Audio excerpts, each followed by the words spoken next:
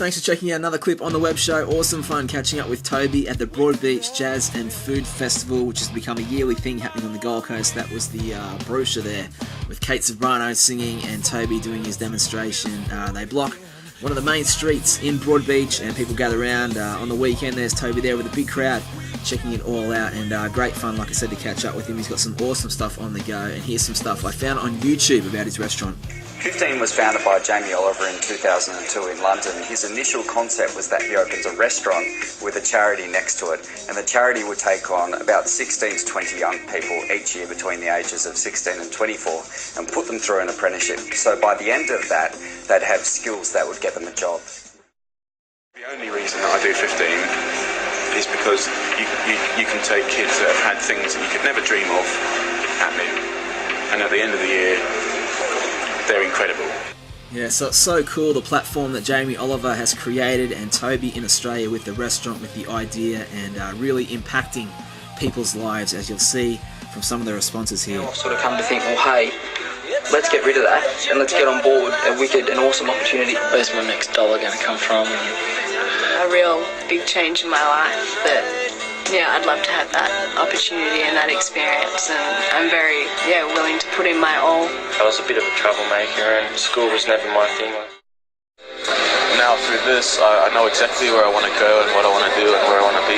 There should be no reason that I shouldn't get all my goals and dreams. Yeah, so it's an amazing concept, absolutely inspiring, and a big thanks to Tammy for hooking up the interview with Tobie. There he is talking to one of the fans in Broadbeach, and here's his story. Let's start with you with cooking. Tell us how it all got Started going. by accident, really. I just used to want to ride snowboards and skateboards full time, but I needed to eat and make money to do that, so I started working in kitchens to fund that, and then I ended up travelling around the world snowboarding.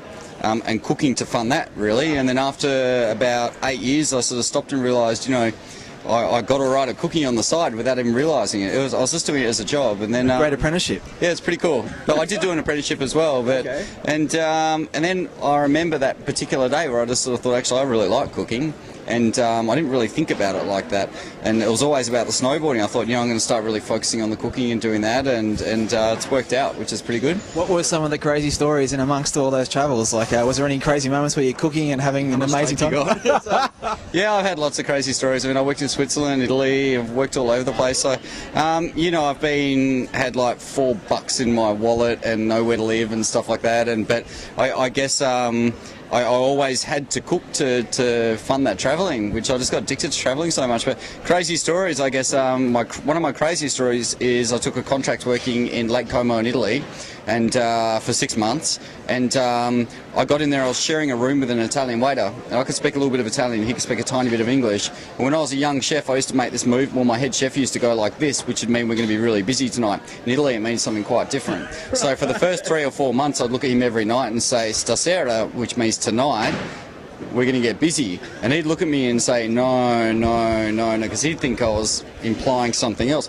This went on for 2 or 3 months. Right. And eventually I got pulled into the manager's office saying, you're trying to hit on this guy every night. You're looking at him like this. And he was saying no, and I was arguing with him because I knew we were going to be busy that night. So that's probably one of the craziest lost in translation things that's happened, I guess. But mate, with cooking, is it something that you never learn enough of? I mean, are you constantly on the go learning new things about different tastes? Yeah, of course. I mean, I think there's a few heroes out there that sort of say, they wear the black jackets and everything. But one of the things I like about it is you're always meeting new people and always learning. So you've never learned anything. I think it's probably the same with any job, really, isn't it? But, I mean, you can always take it further. Is this something where you're at now? I mean, obviously, like talking about dreams. Is this a dream for you? Do you feel like you're living it? I mean, yeah, I guess. I mean, I never thought this would happen to me. Sort of getting the opportunity to come up here and do stuff like that. So, yeah, I think I'm lucky every single day. It's great. Good for you, man. So, what do you got going on at the moment? You got books and a TV show. So, tell us what's happening. Yeah, I got a couple of things.